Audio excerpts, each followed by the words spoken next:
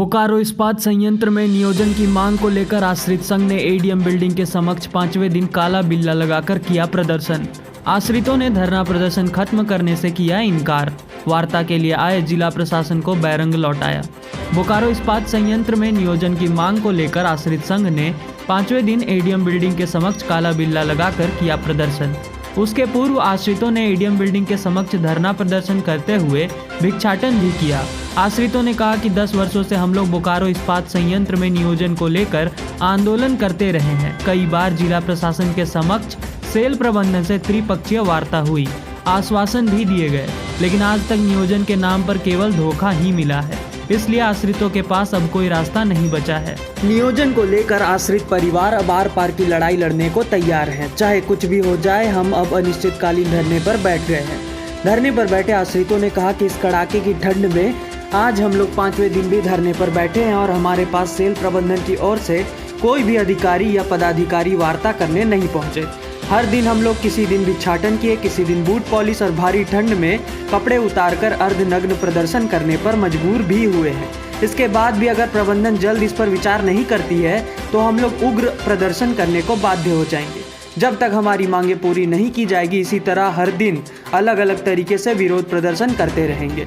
Cell प्रबंधन हमेशा से हमें सिर्फ ठगने का कार्य कर रही है। इस बार की लड़ाई आर पार की है।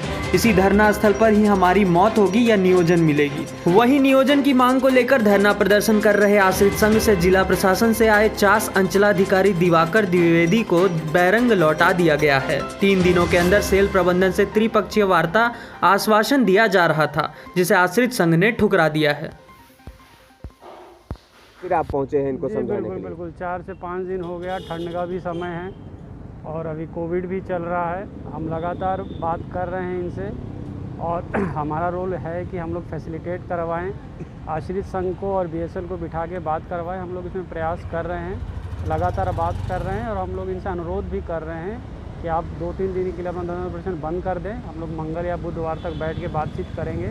बातचीत चल रही है और हम लोग कोशिश करेंगे कि हम लोग बीएसएल प्रबंधक को और इनको एक टेबल पे लाके बातचीत करा दें। जो भी इनका इश्यूज़ है उसको हम लोग रिजॉल्व करवाने के लिए प्रयास करते रहेंगे। सर ये बताइए कि 5 दिन से ये धरना पे बैठे हुए हैं, कम से कम जिला प्रशासन के लोग, आप लोग तो आके मिलते भी हैं, लेकिन ये बीएसएल प्रबंधन के लोग उनके सामने प्रशासनिक गेट पे ये बैठे हैं जहाँ से सभी जीएम। जिला प्रशासन लगातार बीएसएल प्रबंधक से भी बात कर रहा है और हम लोग पूरा प्रयास करेंगे कि जल्द से जल्द वार्ता हो और जो भी इनका इश्यूज़ है उस इश्यूज़ को रिजॉल्व किया जा सके। इस तरह ठंड में लोग आके यहाँ पे धरना प्रदर्शन ना दें, क्योंकि अभी कोरोना का भी समय है। यही हमारा अनुरोध है इनसे कि अगर ये 2-3 दिन के लिए अगर चले जाते हैं तो मंगलवार का डेट हम लोग इनको दिए थे कि मंगलवार को हम लोग बैठाएँ बीएसएल प्रबंधन के साथ।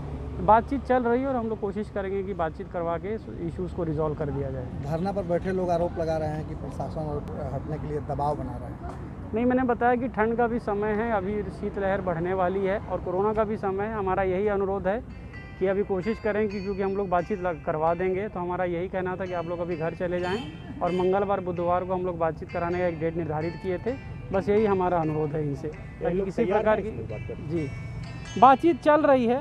बातचीत बिल्कुल चल रही है, हम लोग लगातार इनके टच में हैं और हम लोग इनसे रिक्वेस्ट करते रहेंगे कि भाई कि अभी ठंड है, आप कोशिश करें कि आप आके टेबल पे बैठें ताकि किसी को अननेसेसरीली किसी को कोई परेशानी का सामना ना करना पड़े। अभी तक हमसे कोई वार्ता करने नहीं आई है, लेकिन प्रबंधन प्रशासन पे दबाव दे रही है कि इनको जल्द से जल्द हटाया जाए और हम लोग को भयभीत किया जा रहा है कि हम लोगों को यहाँ से हटा के कहीं और ले जाया जाएगा। लेकिन हम लोग इस बार जो आंदोलन करने आए हैं, इस कड़कती ठंड में भी हम लोग रात में, आपको विश्वास नहीं होगा कि रात में इतनी हवाएं चल रही थी, कड़कती ठंड थी, हम लोग यहीं सोए हुए थे। हम लोग ने ये डिसीजन करके आए हैं कि हम लोग अब मरेंगे, जिएंगे, यही जो करना है यही करेंगे, अब हम लोग घर नहीं जाएंगे। क्यों आप लोग इतने आंदोलनरत हैं, किस लिए? क्योंकि बोकारो इस्पात प्रबंधन ने हमको धोखा दिया है। बोकारो इस्पात प्रबंधन हमको बार बार छलने का काम किया है। यहाँ हजारों आश्रितों को, जो हमारे जैसे केस थे, उनको नौकरी मिल गई और हमको नौकरी नहीं मिली। ऐसा हो सकता है कहीं? ऐसा तो ये तो किसी कानून में नहीं लिखा है, ये तो एक एक्ट था और इनको देना था और ये लोग मानते भी हैं। इन्होंने समझौता भी किया, लेकिन उस पर कभी अमल नहीं किया। ये केवल आश्वासन आश्वासन आश्वासन और दूसरा काम प्रशासन को यूज़ करते हैं। हम कमज़ोर, गरीब, दुखियारों को मारने में, पीटने में, जेल ले जाने में, झूठा मूठा केस बनाने में, यही इन लोग का काम है। बस हम लोग अब ये सोच के आए हैं कि अब हमको रोज़ रोज़ नहीं मरना है, अब जो मरना है एक ही बार मरना है। इस बार जो होगा हम लोग आर पार की लड़ाई लड़ेंगे। जैसा कि मैं आपको बताते चलूं कि सर्किट हाउस में यही एसडीओ साहब शशि रंजन प्रकाश सिंह के नेतृत्व में यहाँ पे वार्ता हुई थी, जिसमें 4 यूनियन थे, C2, HMS, किम्स और BMS, 4 यूनियन थी। उसमें हम भी थे। उसके बाद पर्सनल के कई अधिकारी थे, CGM पवन कुमार थे, ED कुशवाहा साहब थे। इतने सारे लोग के बीच में मीटिंग हुई थी, जिसमें पवन कुमार ने कहा था कि 3 मीटिंग में हम लोग वहाँ जो दिल्ली में मीटिंग होता है, इसमें हम लोग पास करवा लेंगे। नहीं, हम लोग 2 ही मीटिंग में करवा लेंगे और तीसरे में जो बाकी रहा हम लोग उसको ख़त्म करके आप लोग को नियोजन प्रक्रिया शुरू कर देंगे। लेकिन सर 3 महीना बीतने के बाद ये फिर वो चारों यूनियन को बुलाती है और ये बोलती है कि अभी जो है कब तक होगा, क्या होगा, हम लोग के हाथ में नहीं है, ऊपर नहीं हाथ में नहीं है। तो किस अधिकार से आप उस दिन वहाँ खड़ा होकर प्रशासन के दबाव में बोले थे कि 3 प्रस्तावित मीटिंग में कर आप दे? लोगों को लगातार ये लोग जो है ये हमको ठग रहे हैं, आश्वासन दे रहे हैं, ठग रहे हैं, आश्वासन दे रहे हैं, ठग रहे हैं, आश्वासन दे रहे हैं। और उसके बाद हम लोग लगातार एसडीओ साहब से चिट्ठी देते रहे, मिलते रहे हैं, लेकिन उसका अभी तक कोई हम लोग को कोई प्रेशर नहीं हुआ। अभी क्या गारंटी है कि मंगलवार को हम लोग यहाँ से उठ जाएंगे तो मंगलवार को फिर हम लोग का वहाँ वार्ता होगा, फिर वहीं बातें हो जाएगी और फिर से हम आंदोलन करने के लिए हम में इतनी हिम्मत नहीं बच गई है। फिर से अब जो होगा, मरना होगा, मरेंगे, लेकिन यहीं पे हम लोग रहेंगे, यहीं पे खाएंगे।